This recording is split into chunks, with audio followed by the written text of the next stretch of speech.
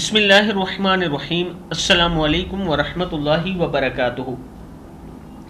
عابد راجہ channel کی طرف سے آج میں اپنے دوستوں کو رسول اللہ صلی اللہ علیہ وآلہ وسلم کا ایک فرمان بتاؤں گا۔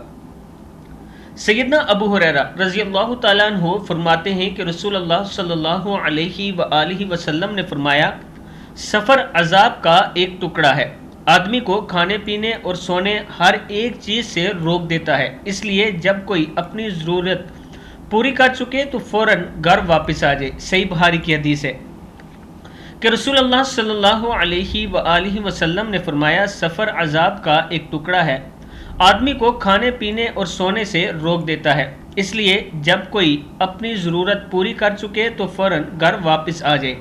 صحیح بخاری کی حدیث ہے۔ میں اپنے دوستوں سے گزارش کروں گا کہ ایک مرتبہ درود شریف پڑھ کے اور ایک مرتبہ سورہ فاتحہ پڑھ کے آج تک جتنے مسلمان فوت ہو چکے ان کے لیے دعا کر دیں کہ اللہ تعالیٰ انہیں جنت الفردوس میں جگہ عطا فرمائے۔ اور میں پھر اپنے دوستوں سے یہ بھی گزارش کروں گا کہ توبہ استغفار کرتے رہا کریں، زندگی کا کوئی پتہ نہیں کہ کب آپ اس دنیا سے چلے جائیں۔ السلام علیکم ورحمۃ اللہ وبرکاتہ۔